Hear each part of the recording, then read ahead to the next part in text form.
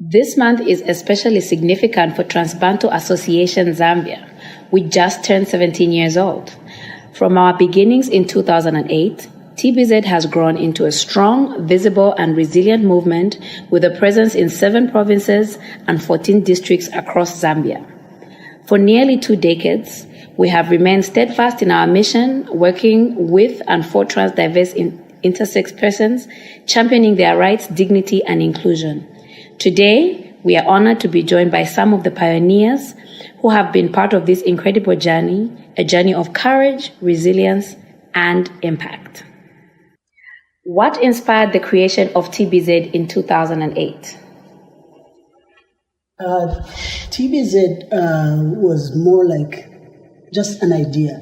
It came up like an idea where the first TBZ director came up to me and said, "Hey, can we have more like a support group that can look at issues to do with trans and intersex persons?" We were under an umbrella of an organization which was an LGBTI organization. Where different issues were addressed, but we felt transgender and intersex issues were not really addressed. It was more like a minority within a minority.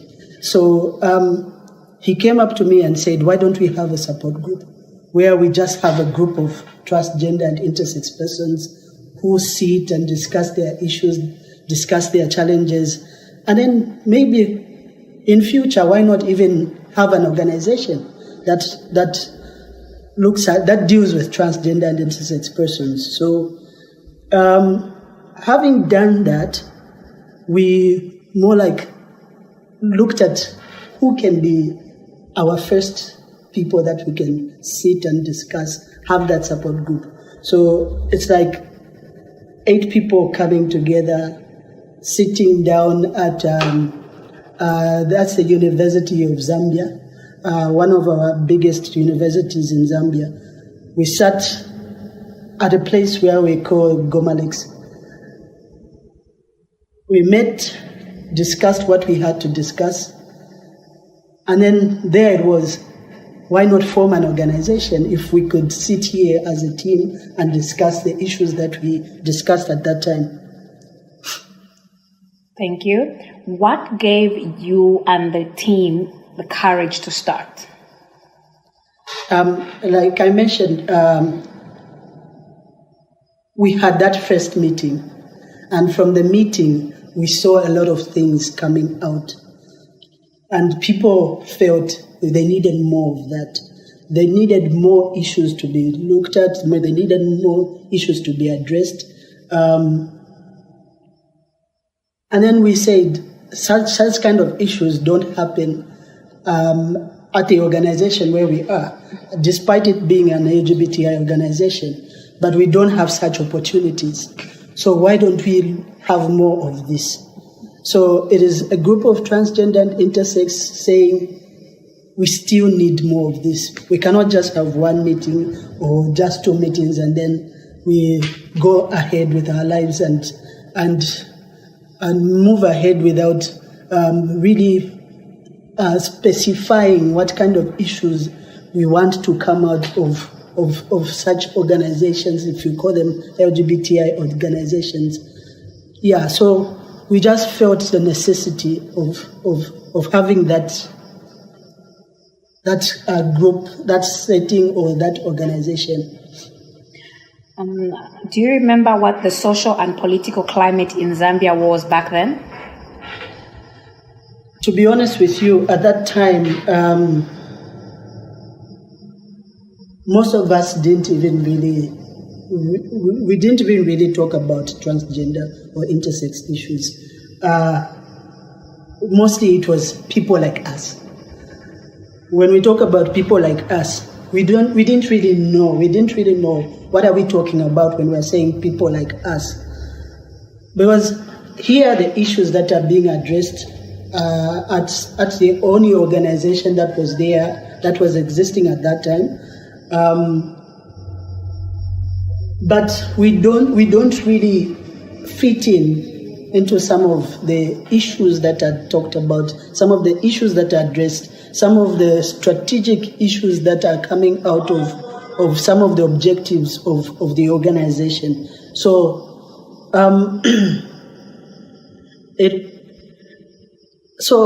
it was something that wasn't really talked about.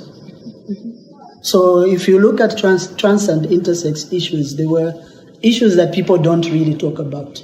And if we look at people like us, like I mentioned, people used to address people like us in a different way. Others would say they are just footballers. Others would just say maybe they were what they called boy girls. Others would just say they are tomboys.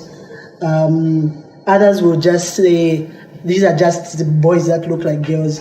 They didn't really talk about what it is that they said people are or who are they.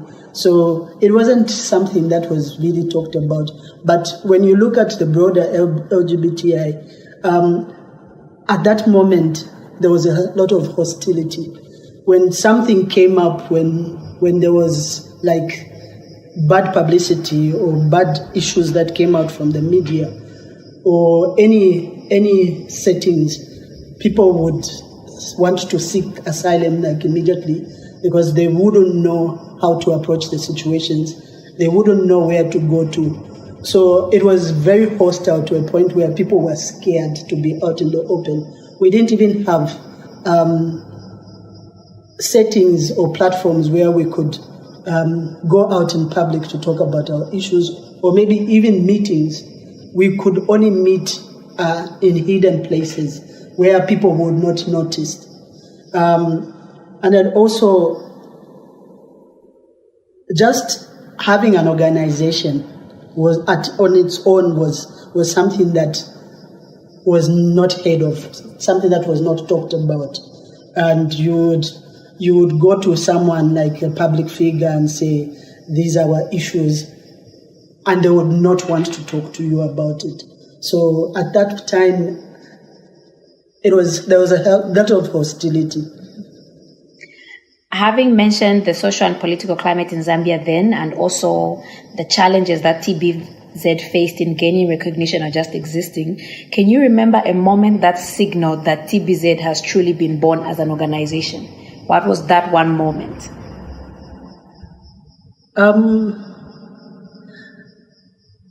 To be honest with you, 2008, TBZ was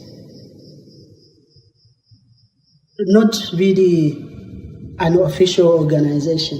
So it was just a group of people sharing ideas, having some things in common.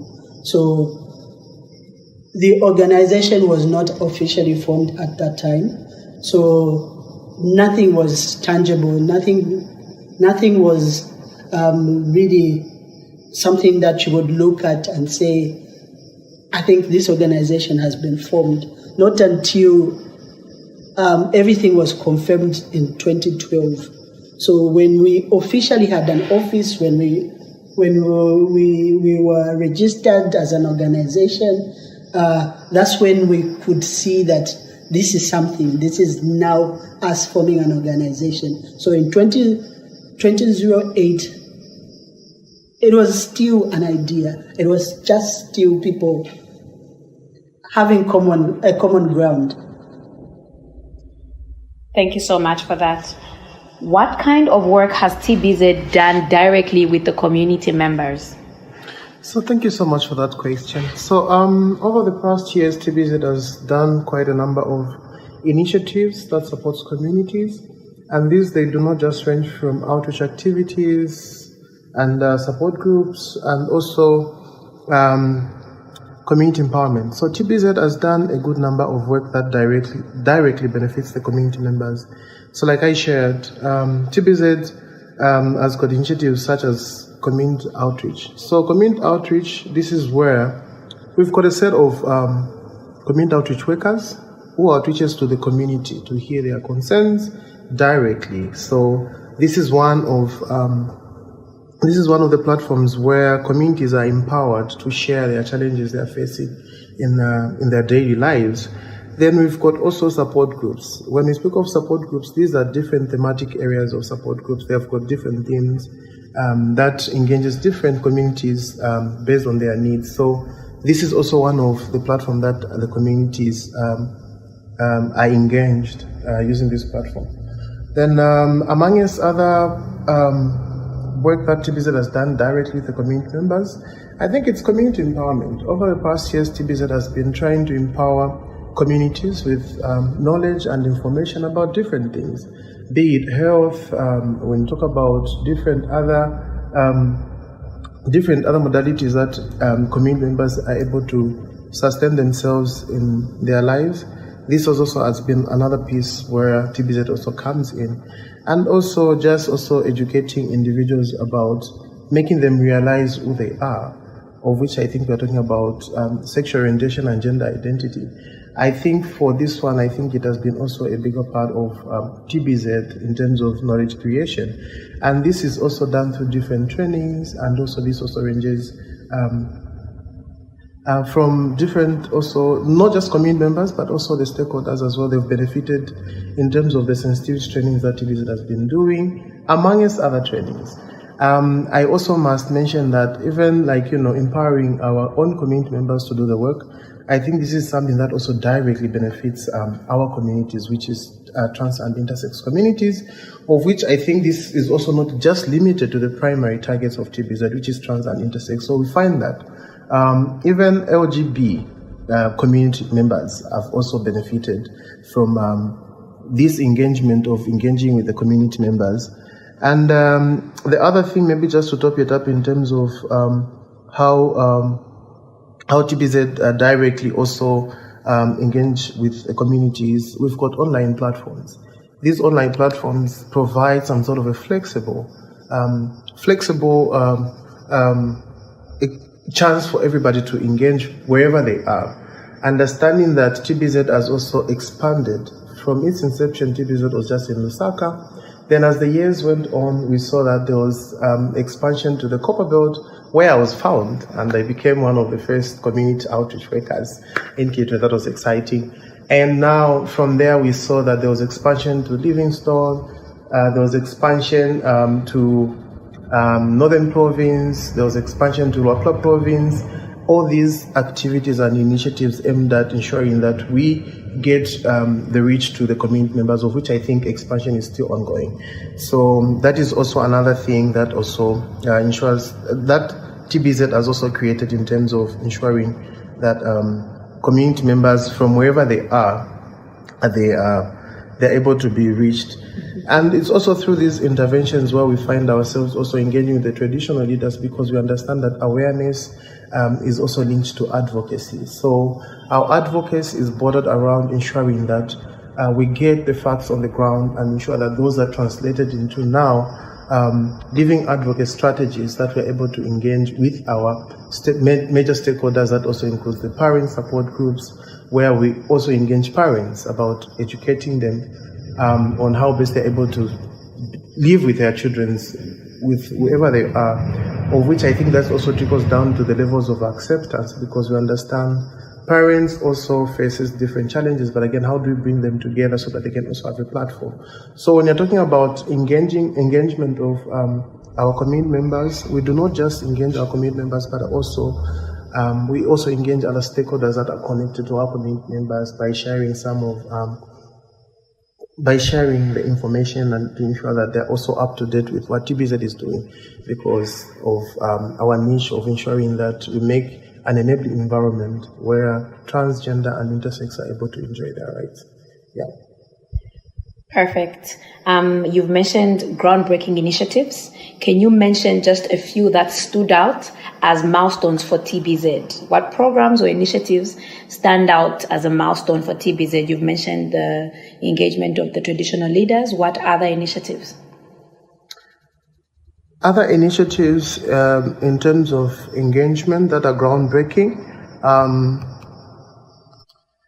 So over the past years, I think notably TBZ has become one of the biggest organizations in Zambia. I should be proud to say that because there's a lot of work that is being done, and some of the work, I think, the engagement with engaging with the Global Fund on that level, in ensuring that we also our voices are heard in terms of inputting into the strategies that are also being created, and also we have also been part of the country coordinating mechanisms in Zambia in terms of also ensuring that we also have our voice heard, because half the time it's the transgender individuals that are always affected in terms of decision making, and we feel it is very much important for us to be in these spaces. Then on another part, I think one of the growing department has been research, and this has been one of the milestones, because after time we've been doing our advocacy work without having some sort of having data that is able to back up our existence, and also having data that is able to back up our challenges. So us, doing research and also having it validated, I think that also empowers us to do a lot more in terms of our programming. So that is some sort of So the other thing that I can also speak of is around well-being and also capacity that we are also building. I feel wherever you are able to go and you ask about TBZ, I think people are able to share what they know about TBZ. I think that is some sort of visibility that we've created with the community members because of how we engage community members. This also translates to community-led monitoring, of which I think these community-led initiatives helps us also to ensure that there's some sort of accountability. I'll give an example of some of the things that we've been doing in the past years, or maybe in the past period. We are talking about building a model facility with UTH.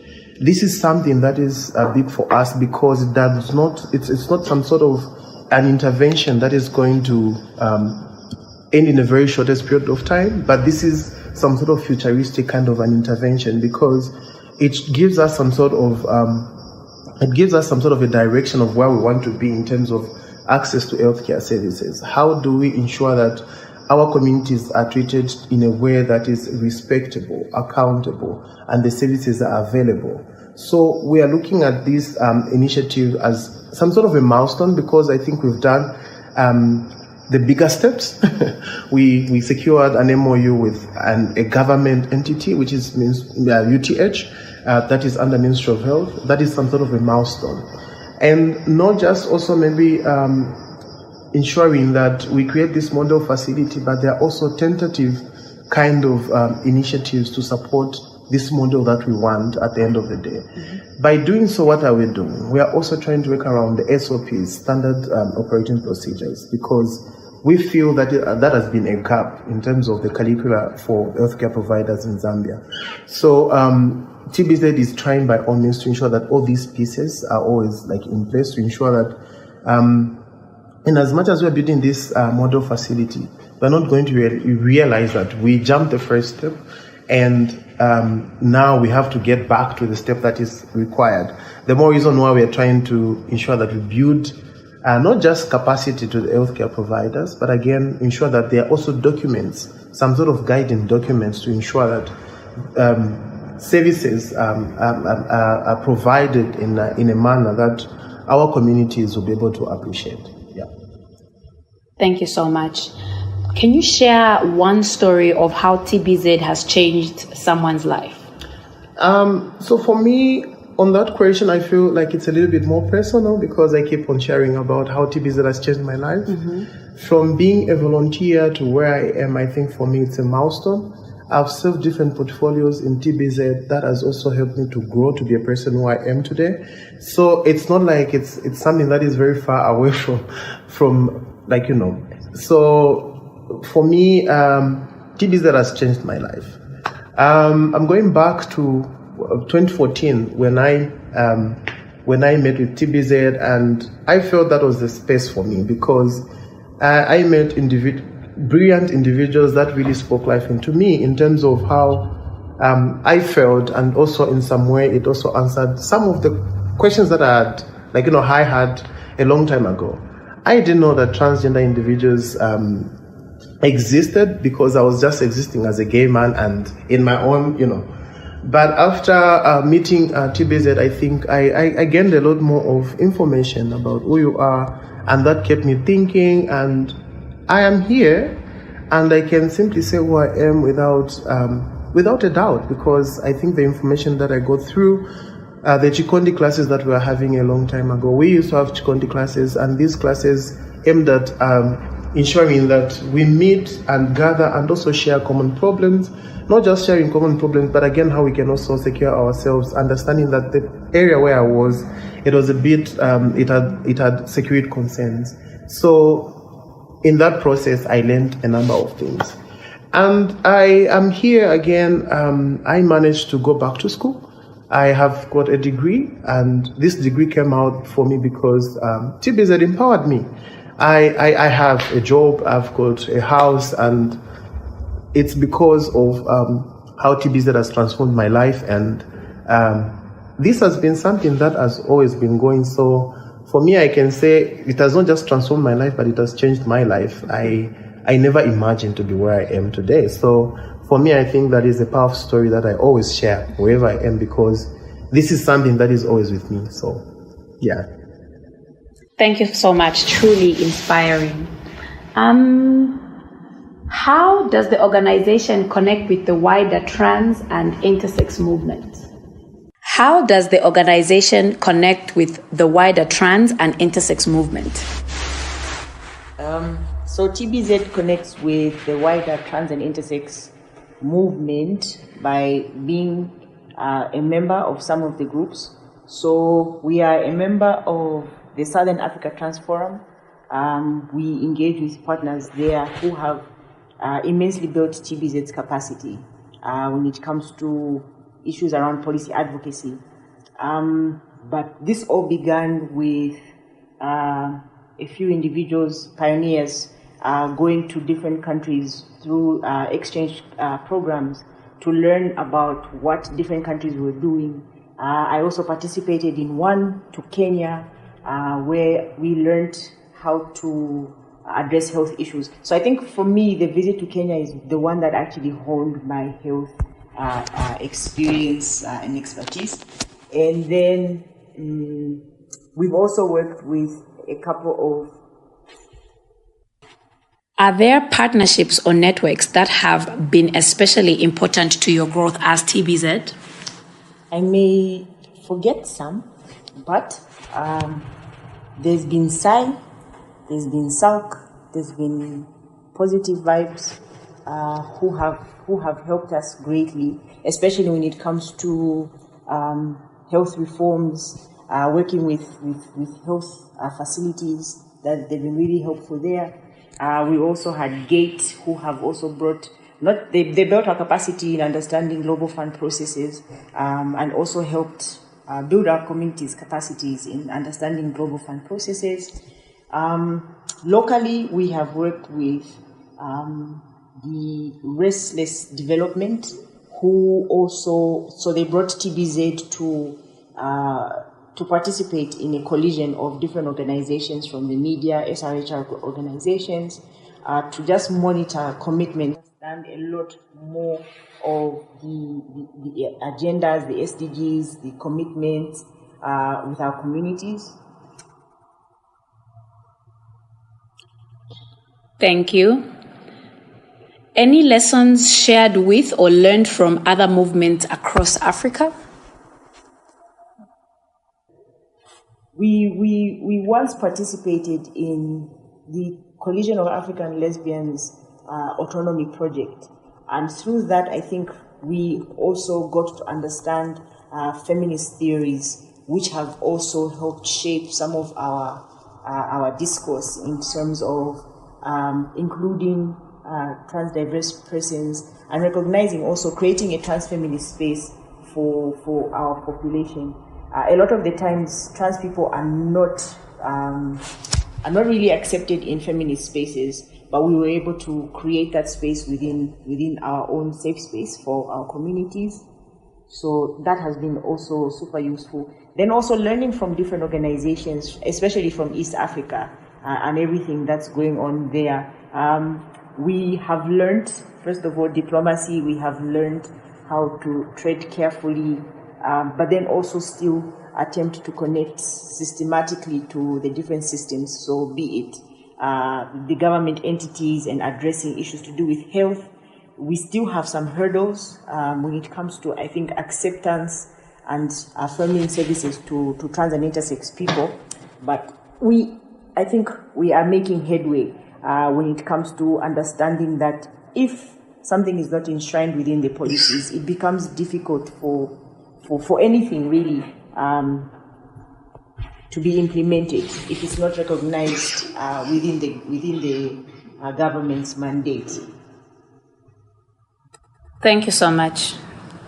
Groundbreaking stuff.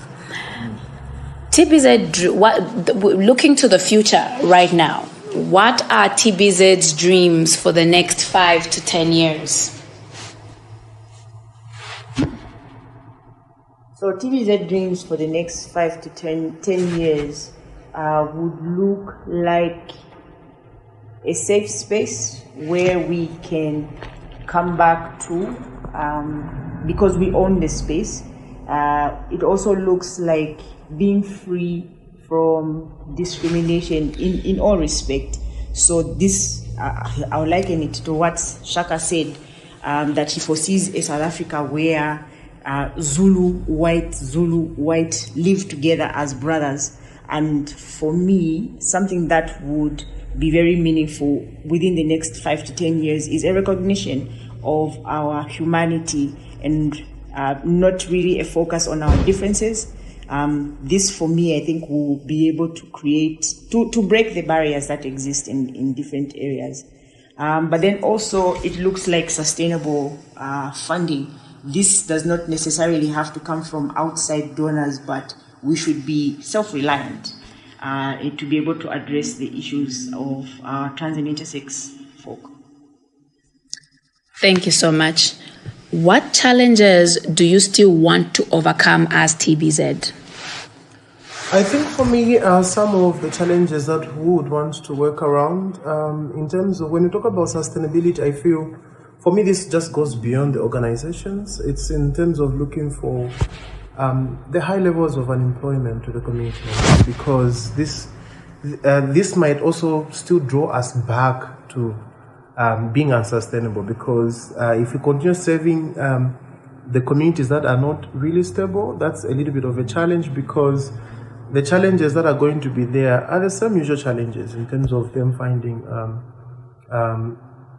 means and ways of surviving, because over the past decades we've understood that if someone is stable, I think they receive less stigma and discrimination. So would want to ensure that that is also done, and ensure that at least we are somewhere in terms of employment. And I think this also trickles down to opportunities, because our communities do not get those opportunities. So this is one of the challenges that we are facing. And I think the previous speaker had also spoken around not as maybe just depending on maybe the donor funding, but again, it would be good for TBZ also like to own a space. We don't have a physical space, and I think this is a little bit challenging in terms of the donor funding that we get, because after time, no one is able to fund building a structure rather than funding the interventions. So perhaps if we're able to have our own space, because this means that this is going to be designed to the desire of our communities, and also ensure that everything is there and ensure that it's more safer, on top of the safe space that we've created now.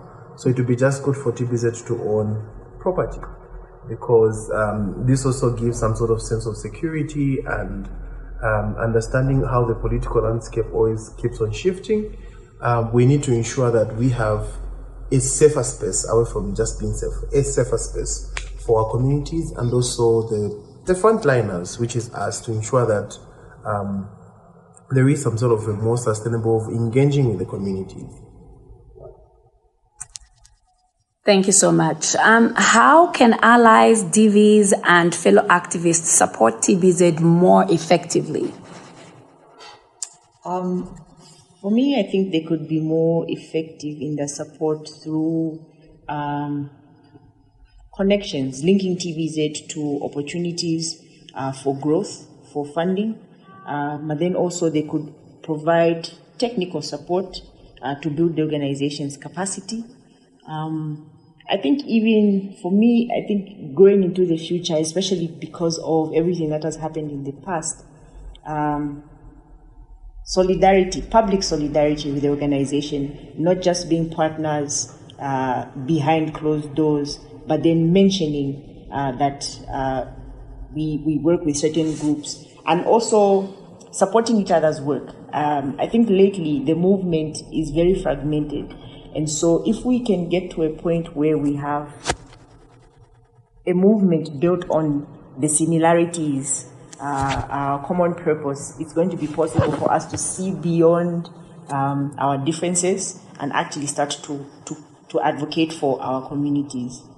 Another way I think donors could also be more effective, more efficient, is just being accountable to the organization. This includes duty bearers, being accountable to the commitments that have been made by them.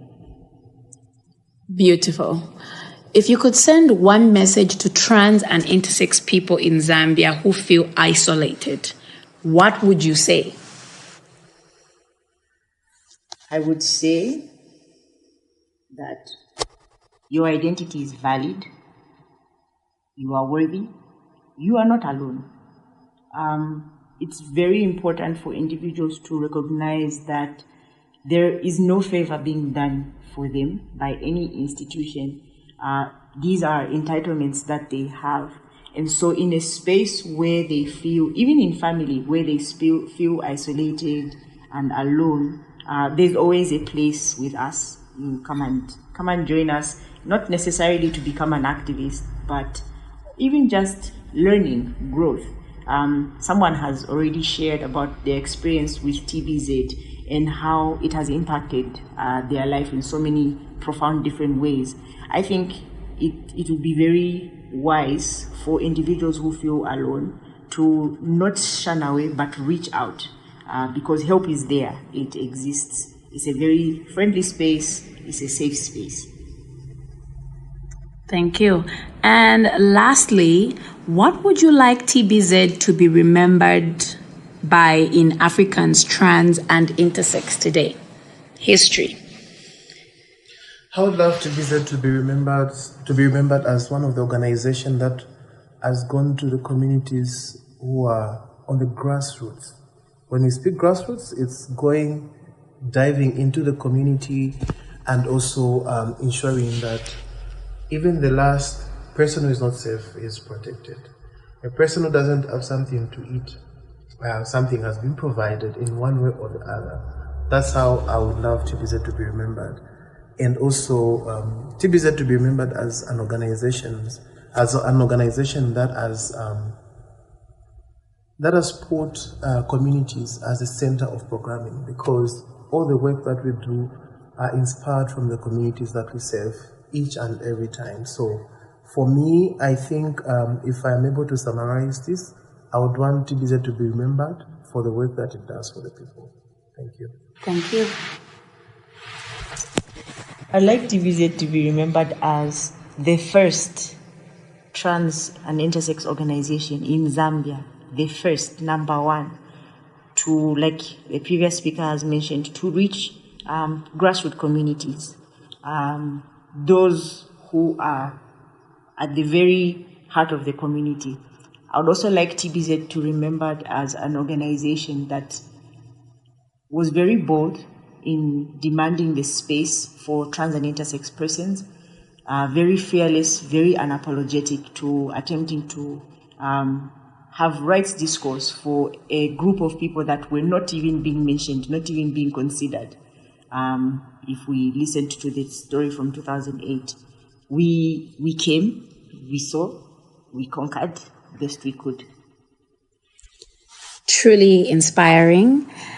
Thank you for joining us. And here's to 17 years of community empowerment advocacy. And here's to years ahead as we continue shaping a future where trans, diverse, and intersex persons in Zambia live free, equal, and proud.